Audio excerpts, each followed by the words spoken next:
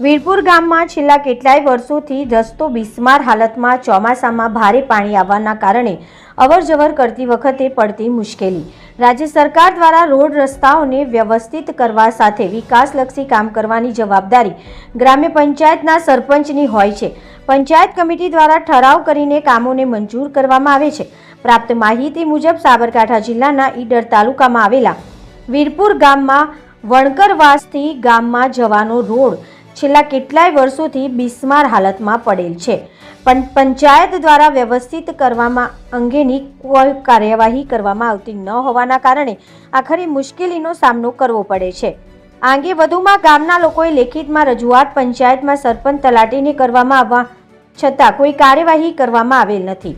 ગામના લોકોએ આક્ષેપ કરતા જણાવ્યું હતું કે વર્ષો પહેલા અહીંયા સ્લેબ રોડ મંજૂર કરવામાં આવ્યો હતો, પણ કોન્ટ્રાક્ટર મહેન્દ્રભાઈ પરમાર દ્વારા એ સમયે બોગસ કામ કરવાના કારણે ચોમાસાના પ્રથમ નદીના પાણી આવતા પાણીની અંદર ધોવાઈ જવા પામ્યો હતો.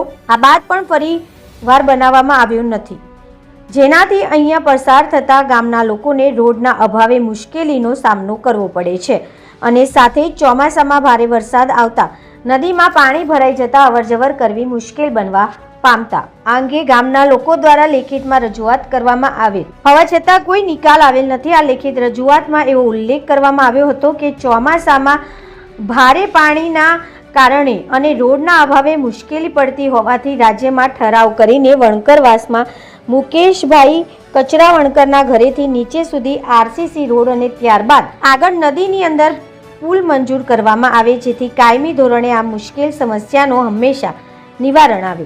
આથી આ વણકરવાસના લોકોની સાથે બીજા અન્ય સમાજના લોકોએ પણ આ જ માંગ સાથે વહેલામાં વહેલી તકે કાર્યવાહી ગ્રામ્ય પંચાયત દ્વારા હાથ ધરી નિકાલ લાવવામાં આવે. હવે આ ગામના લોકોની સમસ્યાનો ક્યારે ન્યાય મળશે અને મુશ્કેલીનો અંત આવશે એ પણ આવનારા દિવસોમાં માલુમ પડશે.